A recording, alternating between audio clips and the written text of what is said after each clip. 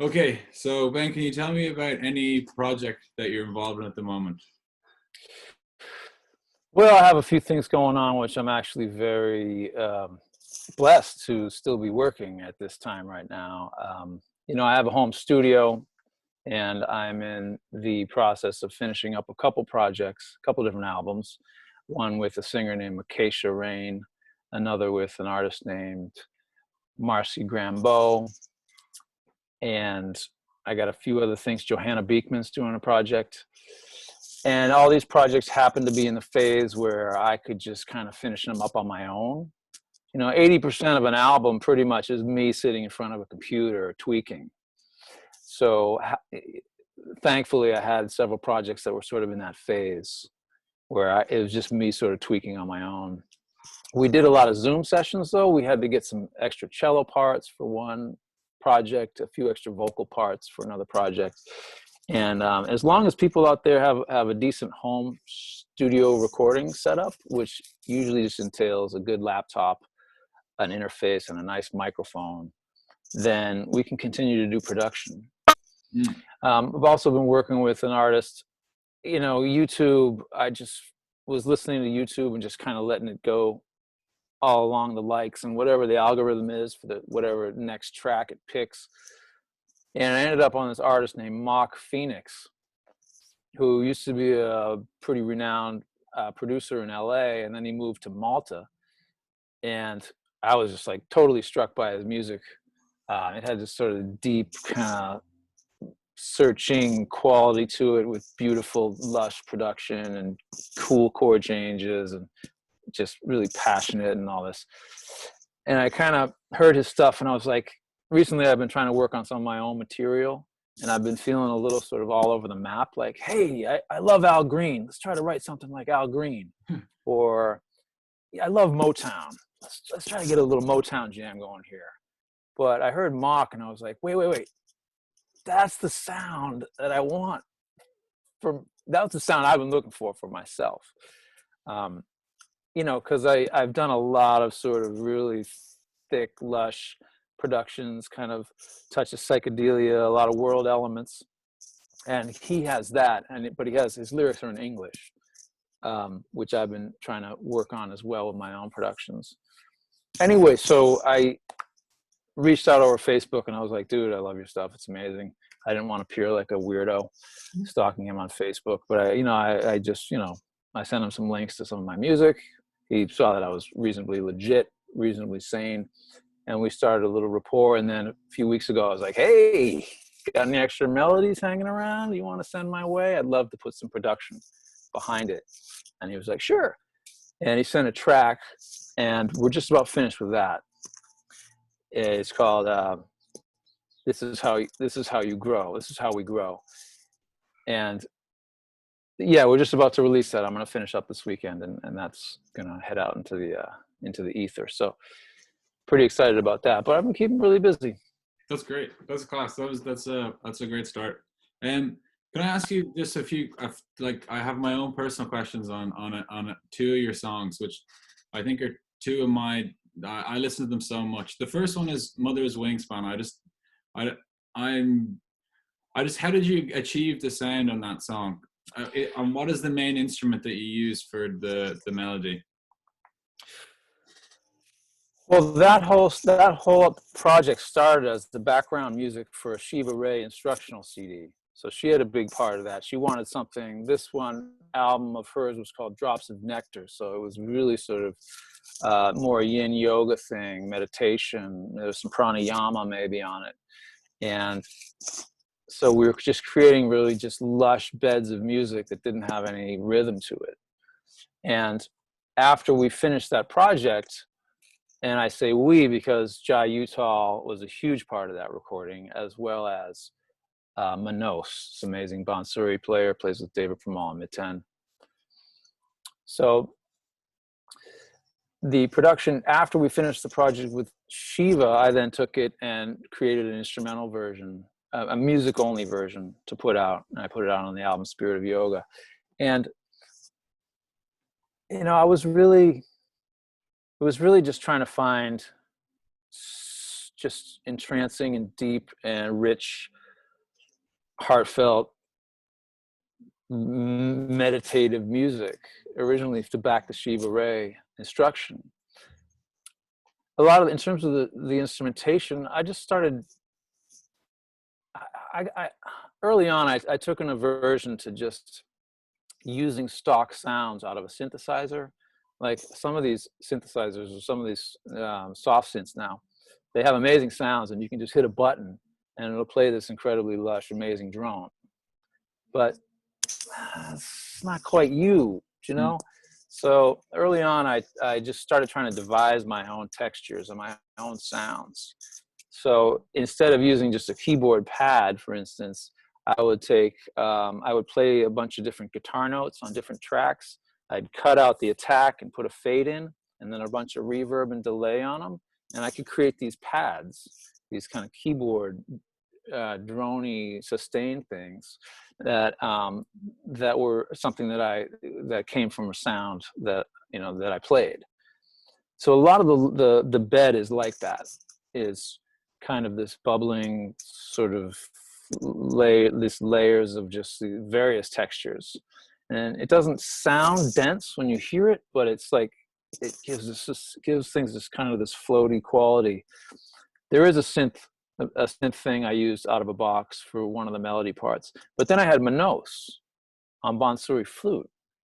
I mean, you just can't go wrong. And then Jai came in and had Jai sing on part of the song, and then I had him play Dotar on another part of the song. So it's really a collaborative album. I mean, I did all. It was my editing. A lot of it that was me is the pacing. Do you know what I mean? And the just the selection of parts and the construction of it. But a lot of the raw material came from these amazing musicians, Manos and Jai. And the title came. I was just, that's the hardest part for me, are titles. I'm an audio guy.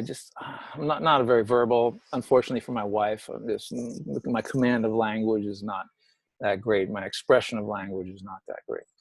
So we had what was I saying? About the name for the song. The name for the song. Thank you. So I was, I have to listen to these tracks, and it's the hardest part. I finished the album, and I'm like, God, I got to name these things. So I'm just trying to listen to the track and try to feel what it's about. And I just felt like it was kind of like that. It was just kind of like the unconditional, universal, beautiful love that a mother gives a child, or that sort of feminine love that's just I was thinking about the total acceptance and total support from a feminine entity, whatever that means. It was just like, it felt like that. It just felt kind of like that, like there's some unconditional love from a mother, and the wingspan is sort of like the breadth.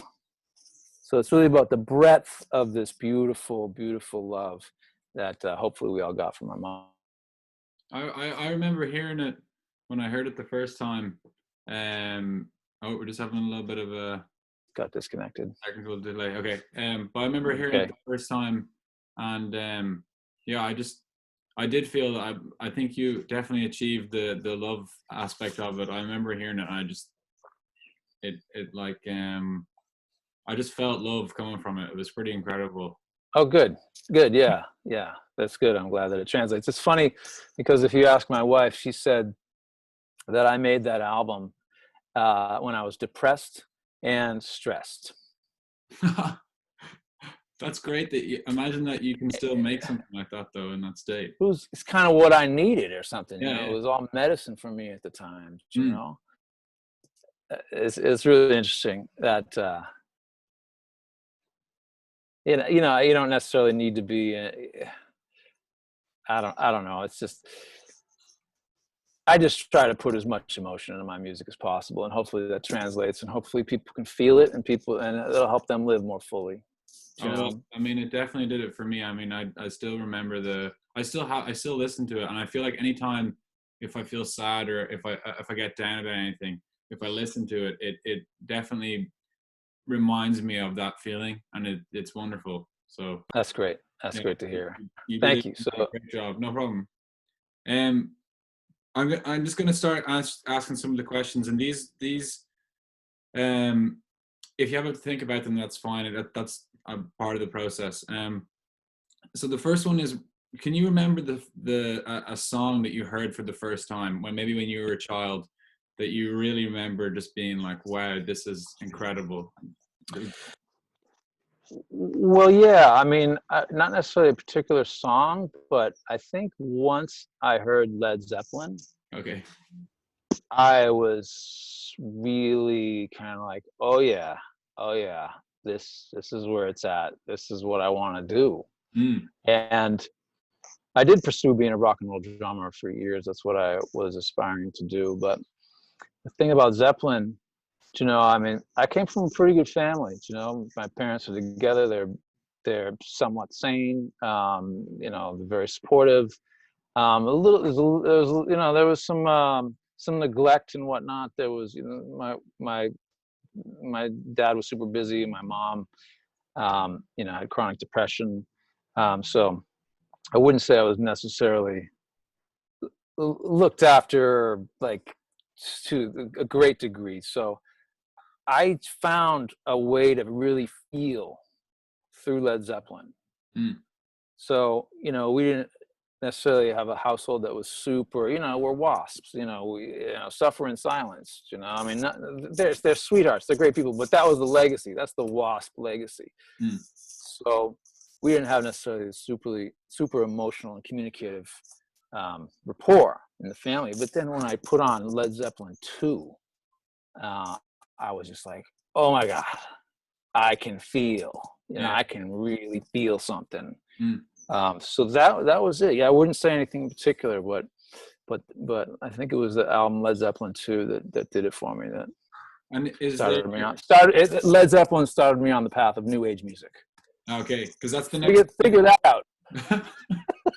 Well, I mean, some of the songs that they have, like I think there's one song by Led Zeppelin. It's called Bronny Ur, and it's like just this guitar, just a guitar instrumental. I mean, I think it's pretty. It has a lot of Eastern influence, I think, in the way that it sounds. The effects they're putting on. So I think some of the stuff that Page came up with, some of his solo guitar, just acoustic guitar pieces and whatnot, were incredible. And then, of course, Kashmir in terms of Eastern influences. Yeah, absolutely. That cool, almost sounds like Ravel as well.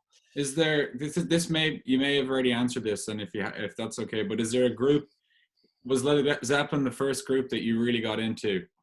Or Yes. My brother actually turned me on to it was Van Halen and Aerosmith and Led Zeppelin. That's what was getting spun in our house pretty much incessantly during my youth. Of course, we did stray into some straight up pop music too, as well, and listen to the radio and whatnot. And then also a huge album was Songs in the Key of Life by Stevie Wonder. I think my parents had it. It was one of those things, when you're young and you're going through the LPs of your parents, do you know what I mean? And they didn't much play music at that time. I mean, my dad was a piano player and played flute. My mother played cello, but we didn't necessarily like spin music a lot. My parents didn't. So they had these sort of dormant LPs, and we'd go through there and pick out some things. And I can't remember, but I think I extracted Songs in the Key of Life from that collection and found that and was, woo. I mean, that's crazy. I met Stevie Wonder at a party not long ago. My son likes to make fun of me because I said, Mr. Wonder. I called him Mr. Wonder, first of all. So my son likes to make fun of that. And I basically said, what people, he must get tired of hearing it. But I was like, yeah, that album changed my life. Songs in the Key of Life. Thank you. Yeah. Yeah. Well, I'm not sure. Maybe you guys heard of it, but I'm not sure if you would. It's a pretty nice compliment. Is there a song that you remember, or the first song that you learned when you started playing music? Can you remember what the first song was? Well, I remember one of the first songs that I worked on with my rock band. The rock band, I don't know, we were 11, 12 or something. We had keyboard player and a guitar player, and I was on drums. It was Don't Bring Me Down by ELO. Okay. You got me out of my mind. Don't bring me down. That one. Yeah, I just took a liking to that song. We were funny though. We didn't learn it by listening to the album. I actually think I went out and brought the sheet music or something. Yeah. And so that was one of the earlier ones. But we were writing originals at a pretty young age. I mean, I wasn't, but the guitar players were. And so, but yeah, ELO, Don't Bring Me Down. Great. That's great. Is there a song, because I've definitely done this to some of your music before, and I've basically pressed the repeat button. And is there a song that you can think of where you've started listening to it and you just get so hooked in it, and you just keep either press the repeat button and you just keep listening to the song on repeat? Yeah, I've done that a lot. And I if I take a interest in something, I'll play it again and again until I've basically killed it, until I basically don't want to hear it again. Yeah. You know, instead of spreading it out over months, I just binge listen to something, 40, 50 times, and then I'm like, okay, all right, I'm good. The latest thing I can recall was, do you know the artist Jacob Collier? No, I'm not. I don't know. He is kind of this prodigy genius. I mean, he's not a kid anymore. He's 20 something, but like that's a kid to me. And he's just, his musical skills on piano, vocals, harmony, drums, guitar, bass is astounding. It's off the scale. So he's kind of something. He's this amazing phenomenon to witness. He did this one thing. It was recently. It was I've always liked that Lionel Richie tune, All Night Long. All night long, all night. And I guess it was one of those like guilty pleasures, because it was a little bit cheesy, a little bit poppy, and they kind of had this Latin breakdown in the middle and whatnot. But I always liked that tune, and Jacob recently did his own version of it, and he has this kind of samba drumming in the beginning, and it's got this funky interlude in the middle where he's playing piano, and then he got the vocal group Take Six. I don't know if you've heard of them. These 6 incredible vocalists that do these crazy tight harmonies, jazz harmonies. I have heard them. Yeah. And he got some other all-stars. Who else did he get on that? Anyway, he did like a 6-minute epic version of this song. It was just incredible. I just found it to be like an insane feat of composition and arranging. And that's one that I played. That was recently. That was maybe 6 or 7 months ago, when I just played that incessantly until I just couldn't do it anymore. Yeah, that is pretty. I think that's how it works. It's a common response. I think it's like infectious. Is there an album that you can listen to from start to finish? You just keep each song you just absolutely love? Thinking back to Miles Davis Kind of Blue is one of those timeless albums. Yeah. There are some albums that no matter how many times I hear them, I can still hear them again. And that's one of them. That album, from start to finish, and then again, is just incredible. And it's just one of those magical genius moments where I don't know what it is, what the X factor is that allows you to just hear it again and again, and not get sick of it. Yeah. So, and I don't necessarily. There's no way. Now I know this is being recorded, that I'm like at all trying to consider myself in a league with Miles Davis. There's no way. Okay, we clear? But I do get comments from people about that album, The Spirit of Yoga, in that it has that essence. They can play it again and again and again. Absolutely. And again. Yeah. They don't get sick of it. So that's all I'm saying. Yeah. Okay. I'm no Miles Davis. I'm just saying that it had. You got to be clear with press and whatnot. I'm just saying that people have commented on my album, The Spirit of Yoga, that it had the quality of being able to just like to put it on repeat and not get totally sick of it. Yeah, I would definitely agree. Is there an album cover that you can remember seeing and just being completely blown away by it? There's a few for me, but well, that's the thing. That's the thing about the problem with when CDs came out, when we grew up, we would get immersed in music. You know what I mean? It wasn't like a secondary thing. You wouldn't necessarily. I don't even know if people had CD players. They didn't have ways to play stuff in their car. Maybe cassettes, but we were playing radio. So to sit and wear headphones and immerse yourself in music and open those double albums and look inside and just read. I mean, to me, what I loved was not necessarily the album cover, but what was going on when you opened it up. I wanted to see the band. I wanted to see like pictures of them recording in the studio, this kind of thing. I read a little bit about it, maybe some psychedelic art, what have you, and just listen to the music and like just be immersed in the essence of those bands. So I'm trying to think of some. Well, Pink, I don't know. What did Pink Floyd have? I don't remember. When I Pink Floyd, that was another big one for me. You know, the Wall. Ones. I mean, when I heard The Wall, I can't remember if it had. I mean, it was a double album for sure, but I can't remember what was inside. But you know, it had those crazy hammers and all this kind of trippy art. But just sonically, going back to amazing albums. I mean, influential albums. That one too. I mean, a lot of people found the music to be really depressing, but for some reason I just felt like it was full of life, you know, full of realness and full of grit and full of, you know, feeling. Yeah, absolutely. Okay, so we're going to move just slightly away from music. We're going to go into some film questions, and if you don't have if there's no response to these, you can obviously we can just keep going on, but I'm going to ask them anyway.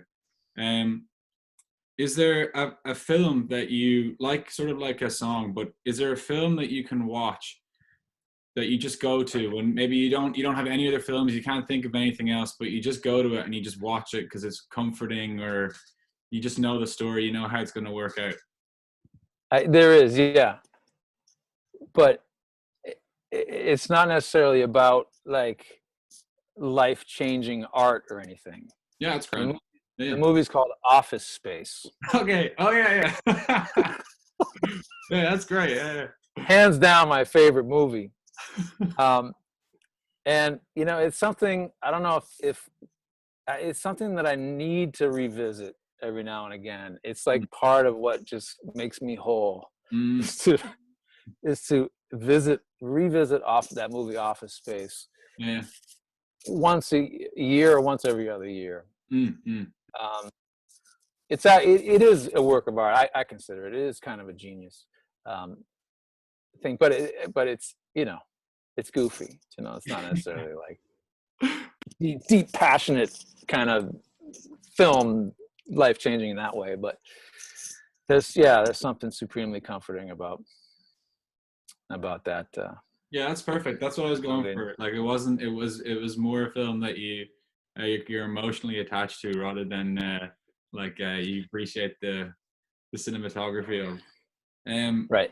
Is there a film that you can remember before you watched thinking that you'd absolutely hate it, and then you really liked it after seeing it? Oh, after seeing it once? Wait, so that I thought I'd hate?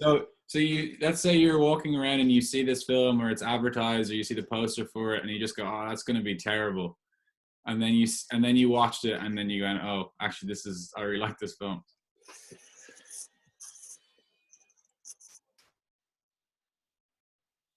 Yeah, I don't know if I can recall an exact movie, but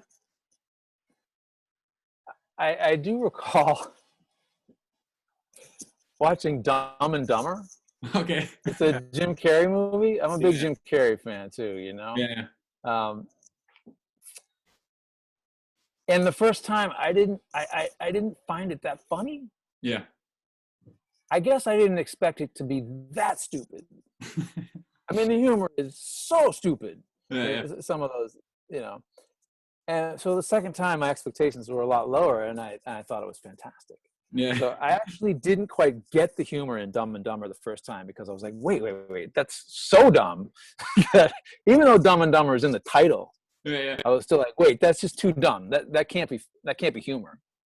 And the second time, I'm like, oh, okay, yeah, they're just being as idiotic as possible. Okay, I get it. That's actually kind of funny. That's perfect. That's great. Is there a film that reminds you of your childhood? Ooh, childhood. Well, maybe teenhood or young adulthood. Yeah, that's cool. Yeah. That would be Good Will Hunting. Ah, okay. Nice. Because Matt Damon and Ben Affleck were from Boston, and they were speaking in Boston accents, and they had some bar scenes in that movie. And I was like, wait a second, that was me right there, and that was Gilla, and that was Henna, and that was Macca. We were all there. That's a pub down in Southie that we went to. It was like, I saw that movie and I was like, oh my God. That was my young adulthood right there. Yeah. Hanging around a pub, you know, talking in a Boston accent. So it's so when I saw that movie, it had that effect. It was like this deja vu. I was like, whoa. Yeah. They just captured it. They captured, you know, our young adulthood, how we were hanging. I've seen the film, but I've had no experience of Boston or anything, and I had no. it didn't. I just saw it. I was like, oh, that's a good movie, but it's weird Right. how those things translate differently if you've had the experience. Yeah, I mean, it was funny with Robin Williams, R.I.P. I mean, he was Robin Williams, but then he'd say hot. You know, there would be one word that he'd actually turn into a Boston accent. Yeah. But otherwise, he was Robin Williams. You know, it was just funny that he just, you know, there was a couple words that he would change, but everything else was just him being Robin Williams. Yeah. So, is there a film that you saw in cinema that you enjoyed more than you did if you watched it? Let's say you rewatched it at home.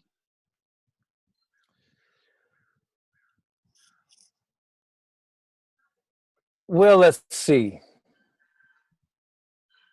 I guess I'm mostly about content. You know, even something like Star Wars, which was so visually incredible, the story and the mythology around that was really what you know, and legacy and all that I thought was really powerful. No, I don't think so. I think I'm not a super. I mean, I like being entertained, and I like the big visual sort of experience. But I'm generally just interested in the content and the humanness, the whatever the human qualities or the whatever they're highlighting of the human experience. Yeah. Okay, that's perfect. So we're gonna go on to books now. So is there a book that you can remember reading? If I don't know if you're a reader or a big reader or not, so it's okay. Is there a book that you can remember reading, like an album that you just read all the way through? You're just completely captivated by it. Yeah. There was there's a book, Lonesome Dove. Okay. McMurdy, what was his name? I forget the author's name, but you know, it was kind of a Western scenario and life on the frontier and whatnot. but really, yeah, it just came down to like it comes down to the character of these people, and who they are, and the integrity and the honor in which they carry on their lives. Yeah, again, so it's not necessarily about the incredibly entertaining story or whatnot. It's really about taking in these characters who just live with such just truth, such integrity and honor, and they and the way they keep their word, like their word is their bond, and this great sort of, you know, nobleness that these characters, you know, personified or had. Yeah. That one I went through pretty good. Generally, unfortunately, I'm not a big reader. Yeah. Like I've only read about maybe, I don't know, a handful of books in my life, but I still, maybe it's just because I'm so visual or something. There's still a few, but it's cool if you just feel like no, that doesn't apply, you just go to the next question. But what books were those? Huh? For you, what book? What book was that? I think I read the Power of Now by Eckhart Tolle. I think that. Oh yeah. I was absolutely just.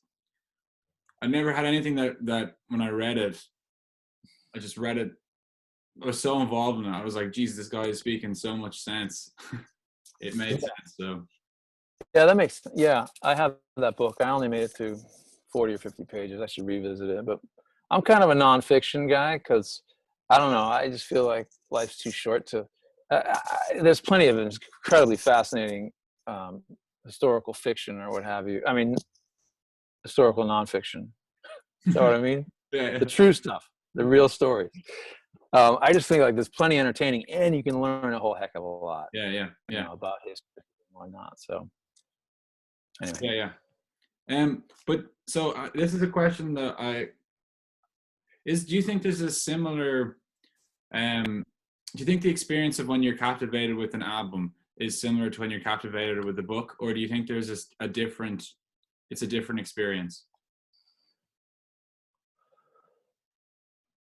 Well, I mean, both are about emotional engrossment for me. I never understood speed reading. Yeah. I mean, if you're just taking in data, sure. Stats, sure. If you can speed read and take that in, great. But I need to feel a book. I have to read more slowly because I'm emotionally invested, involved, and I'm feeling things and trying to process things. So they're similar in that way.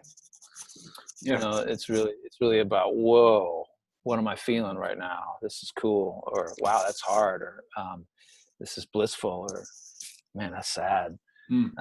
So yeah, I just kind of seek out the common emotional ground, you know. Yeah. With humanity, what humans experience. Yeah. Now this is okay. We can change this question because if you're not a big reader, then it's okay. So it can be a song or a film or whatever. But the basic premise of the question is: there a piece of, let's say, a piece of art or a piece of music or something that you wish that you wrote yourself? Oh yeah, gosh, I'm sure.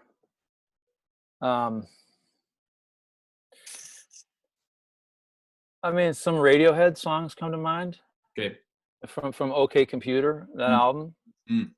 That kind of had everything going on for me. It had, just really cool but unusual drum beats and gritty and rich guitar sounds, and then Tom York's, you know, soaring vocal. And when I heard that, I was, oof, gosh, you know, I wish I arrived on that sound earlier. It's just like it had it all going on for me, that particular album. There's got to be more. There's certain pop albums. Yeah, I took a big liking to Donald Fagen's The Night Fly. Okay, I haven't heard of them.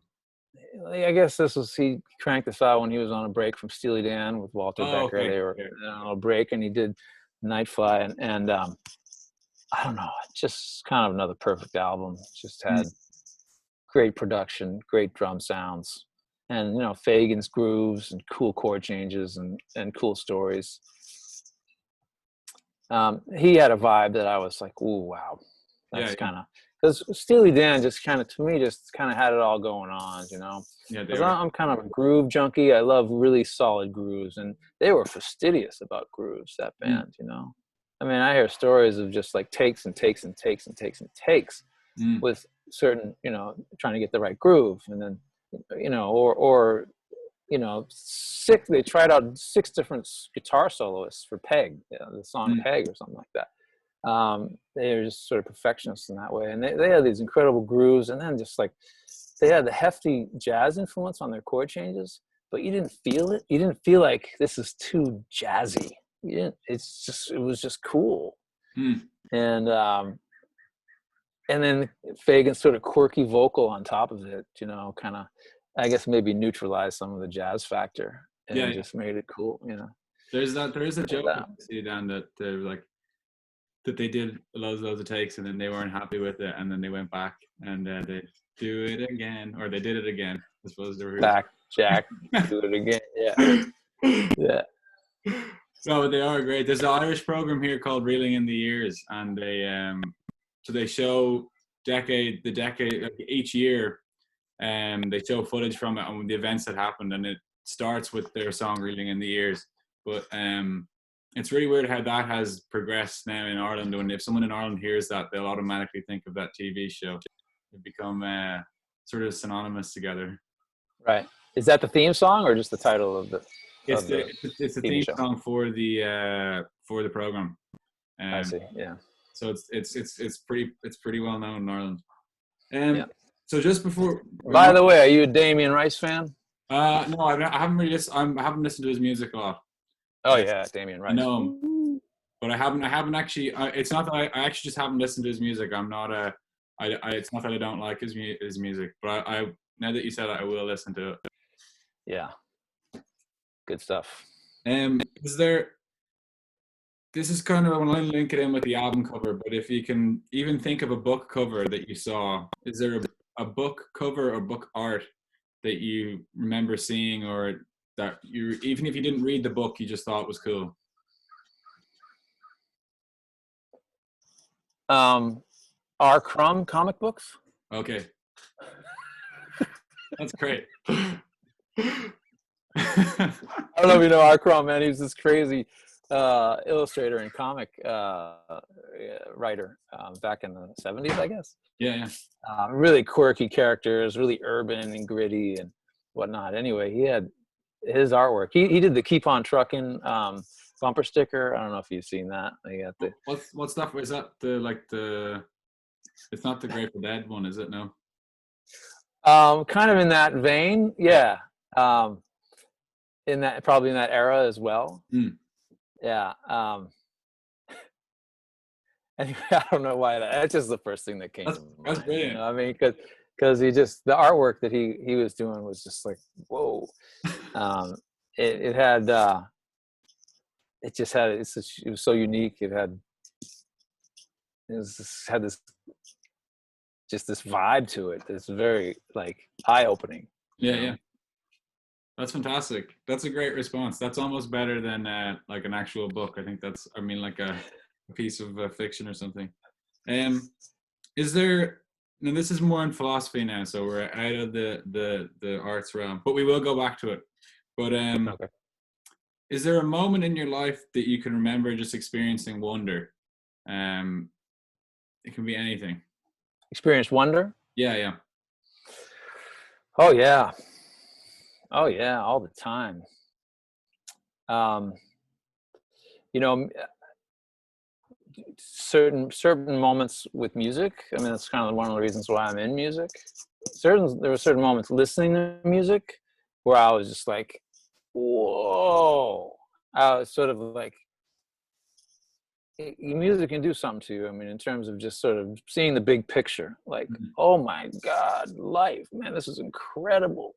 You know, I like feel this freaking beauty and this bliss, and you know, music can do that, and that can be pop music, and that can be orchestral stuff. You know, Mm. there's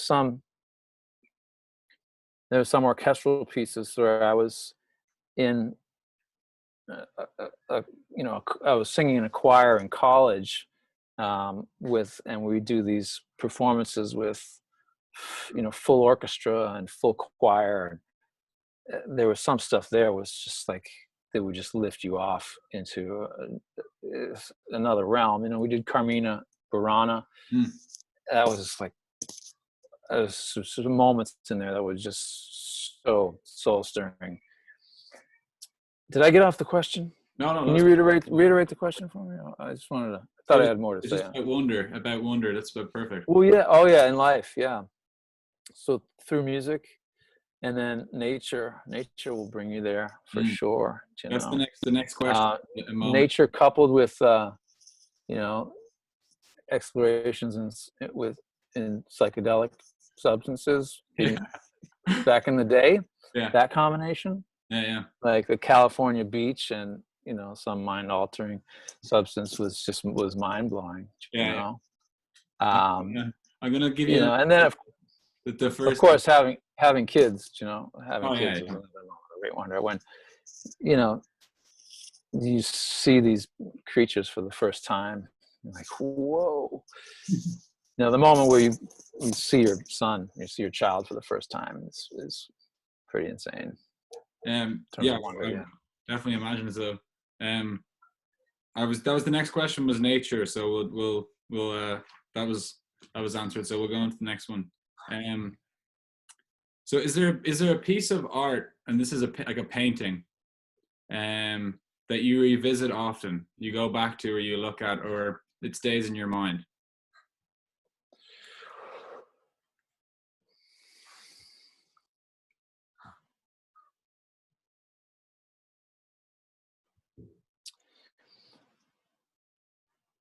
Well, I'd say that there'd be a genre. Yeah, sure. Yeah, genre. Yeah. It would be, you know, way post Renaissance, Okay. you know, and pre, you know, drawing squares on a white canvas, Okay. right? So that would put you in the Salvador Dali sort of zone. I mean, there's a broad range between those two, obviously, but you Yeah. know, I'm not an art historian, so Yeah. I'm talking Surrealism. Salvador Dali. I'm talking Picasso. I'm talking, yeah, when things just bend your mind like that, Mm. right? So Mm. the super modern art, I'm kind of, sometimes I feel like that the artist is just making fun of you, you know, Yeah. that they're going to put a dot on a canvas and see how many people are going to flock to the museum to look at it. You know, to me, it's almost like a big joke. I'm probably offending a lot of people. Do you know what I mean? Right. I mean, even the soup can, Andy was Warhol. yeah, Andy Warhol. I'm sort of like, really? Mm. Okay, people gonna hang that in their house? I think he was just joking. Yeah. Yeah. Okay, that's gonna offend a lot of people, but that's okay. But so I would go with the genre of where it's not totally abstract and it's not so real, you Mm. know, but it's Yeah. bending all that. Yeah. Jackson Pollock, you know, I mean, sometimes visually it's kind of cool to see the colors, but you know, I like to see characters. Mm. So I guess yeah, somewhere in there, I can revisit those paintings and sort of trip out on them. There's a on my email, for the email photo that I have, it's a photo of me beside a stuffed polar bear, which I got taken in Salvador Dali's house in Spain. Oh, is that right? Yeah, he has this fully stuffed polar bear on his entrance. Something he only could do in like the 1930s. But yeah, that would be the same for me. But this is an interview about you, so I'm not going to go on too long with it. Oh, okay. Is there an artist that shares, and this could be a musician or a painter, or so when you see it, but is there an artist that you think shares a similar outlook or perspective on life, either through their lyrics if it's a musician, or through the way that they see the world if it's a painter? I would hope most of them. Okay. That's a good answer. Because I feel like as artists, we're all trying to go for the same thing, which we're trying to bring powerful, we're trying to bring the human experience, trying to capture the human experience and reflect the human experience, and hopefully convey the human experience in a way that allows people to just live more fully, you know? I mean, really, if you, ideally, you don't mask your emotions, but you stay with them. I know it's hard, and we all try to find ways to avoid them or mask them, because there's hard, and there's a lot of them, and you got to deal with it every day. But so it's all a work in progress for me and a lot of people. But so to enhance those, I mean, that's why we go to film, right? Like we feel the commonality that that humans experience. We feel that, we see the tragedy, we feel the joy, we feel the bliss, you know? So, I mean, all art is hopefully going for those common elements to help to tell stories and to help humans just feel more. I mean, I don't know how to live a better life, except that it just trying to feel what's going on. Yeah. And it's hard because the kids grow up and that's sad, and you know, your parents die and that's sad, and it's like, God, I can't deal with it. But that's the juice, right? To me, that's the juice. That's the nectar of it all. It's just like the incredible emotions that we experience. That was a great response. I wasn't expecting. But that's a great way of putting it. Thank you. Is there a country that, outside of the United States, is there a country that you would live in, and why would you pick that country? Well, right now I'd pick any country. Okay. Anything would be better than right now. That's going to piss off a lot of people too. So no, let's see. Yeah, you know, I like America. I'm pretty happy with it here. I mean, I'm not going to get into politics, but I live in Marin County in California, near San Francisco. San Francisco is an incredible city, and the Bay Area is beautiful, and Marin's gorgeous. And people come from all around and to work with me in the studio, and they just say things like, you know, you live in paradise. And I'm like, oh yeah, it's pretty around here, isn't it? You know, sometimes you need to be reminded. Yeah. But I'm pretty happy here. I in terms of countries, yeah, that's been a question, because you think about that, like, just like, where might you go if you couldn't take it here anymore, or you wanted to retire? And my wife and I talk about that. We can't necessarily think of somewhere else, you know, because we don't necessarily want to go like tropical paradise type of thing, you know. My wife, she's not really into the beach, and she likes mountains, but mountains are cool, but I like to be near the ocean.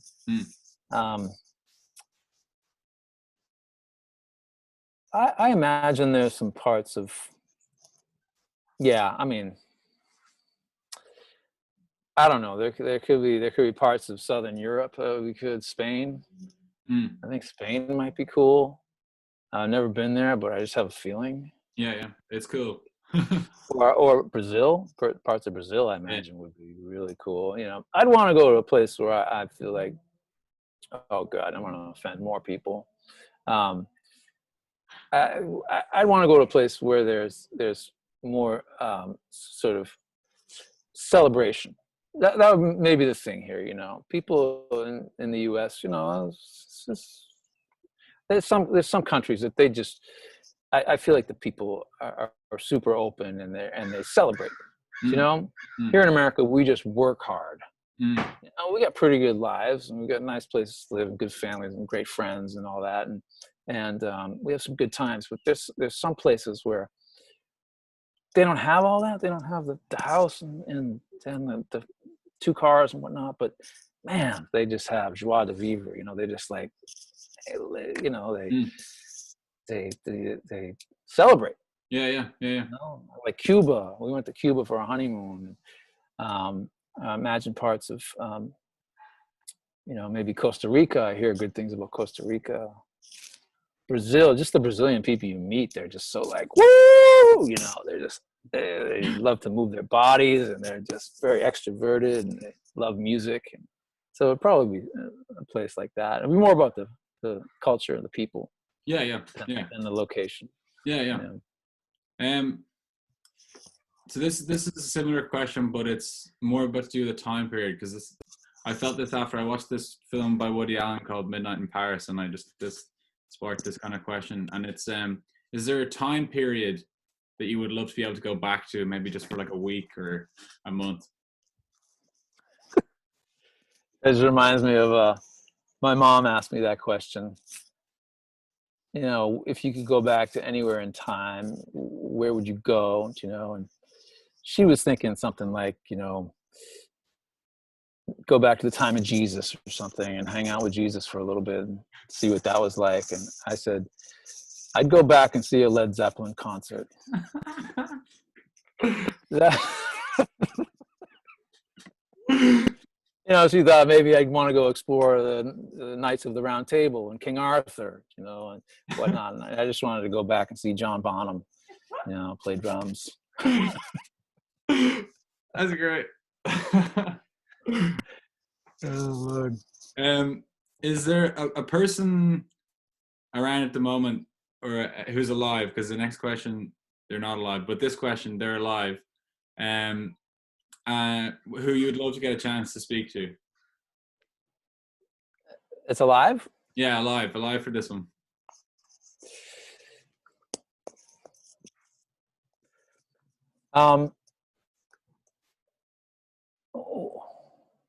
Let me think just for a second. I was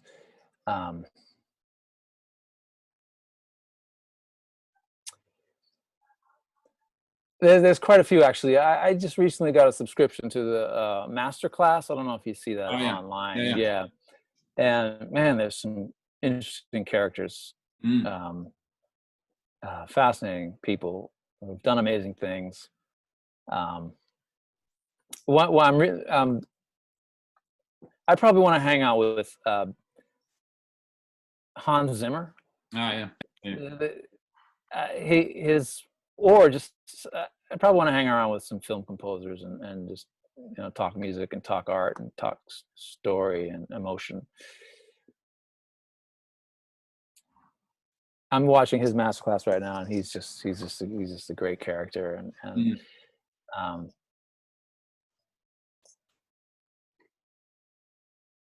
it would probably be someone in that genre, I think. Yeah. You know, Danny Elfman, hang on with Danny Elfman, or John Williams. Yeah. And just talk, and we could talk in depth. I know a lot about music theory and whatnot. I mean, we could really get into, you know, what certain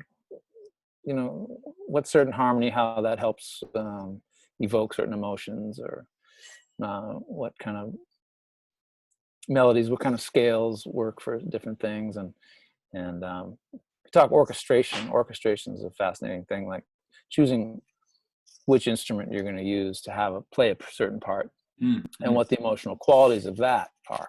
You know, do you want a fanfare? Do you want brass? Do you want something more forlorn, like an oboe? Something a little quirky, like a bassoon? Do you know? I mean, it's like talking about the characteristics of instruments and what kind of qualities they have, character qualities and emotional qualities, things that they evoke. That would be fascinating for me. I have a weird obsession at the moment with is it Ennio Morricone? Is that how you say his name? Yeah. Something like that. He's I think he's pretty, in terms of getting instruments to all these songs he has in Western movies makes me want to like when you were talking earlier about the book about like honor and bond being your word. All that music gives me that feeling of like being really truthful and honest. But it is incredible how music can make you feel that way. Yeah, that's so wild that an Italian composer became the main composer for U.S. spaghetti westerns and whatnot. That's so wild. He just did something recently with Quentin Tarantino, right? Oh yeah. Maybe it was several years ago, but time goes by quickly these days. But it was no, it wasn't the Hateful Eight. It was the Slave one, 12 Years a Slave. Oh, 12 Years a Slave. Yeah. One of the songs he has is in Kill Bill as well, and I think I heard it and it just blew my mind. Like, was it Ennio? Yeah. But I think it was written for a previous film, and then he used it for Kill Bill as well. But it works so well in it. Yeah. I see. So the last question I have here is, it's similar to the previous one, but there's a little twist. There's two twists. So it's a person that's dead, okay? So a person that you'd like to meet who is dead. And the next twist is, where would you meet them? So a location, and what would you be doing?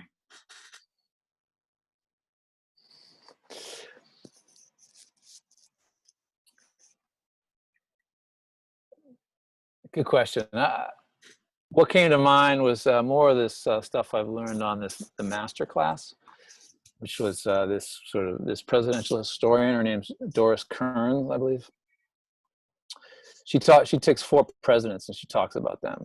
She talks about Lincoln, the 2 Roosevelts, and Lyndon B. Johnson, and basically breaks down qualities of good leadership. And it's just amazing to hear her break it down, because a lot of it comes down to what I'm talking about in those books. Keeping your word, honor, not being afraid to have differing opinions in your cabinet, surrounding yourself with excellence, surrounding yourself with smarter people. So that would be fascinating. So maybe go back and talk to Franklin Roosevelt, about the post-Depression years and World War II, and just talk about how he would make decisions. I mean, these are insane decisions, right? I'm going to send thousands of people over into Europe to invade France. And the major sort of economic programs that he put into effect after World War II to try to revive the economy, the New Deal and Social Security and all that. And these are just massive things. And I think someone like that would be amazing to hang out with, because again, it's like, I mean, you kind of, Doris was saying that, ultimately he had to make the decision and he had to go with his gut on things. But I mean, you're facing so much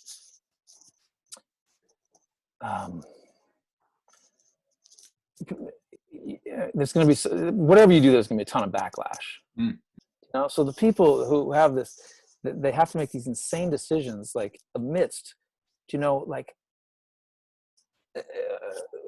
a large majority of the country being totally against what you're doing, but still ultimately seeing through that and thinking like, no, this is gonna improve things, and having the foresight and the guts to do something major like that and pull it off. Those are some fascinating characters. So FDR, I could hang with him for a little bit.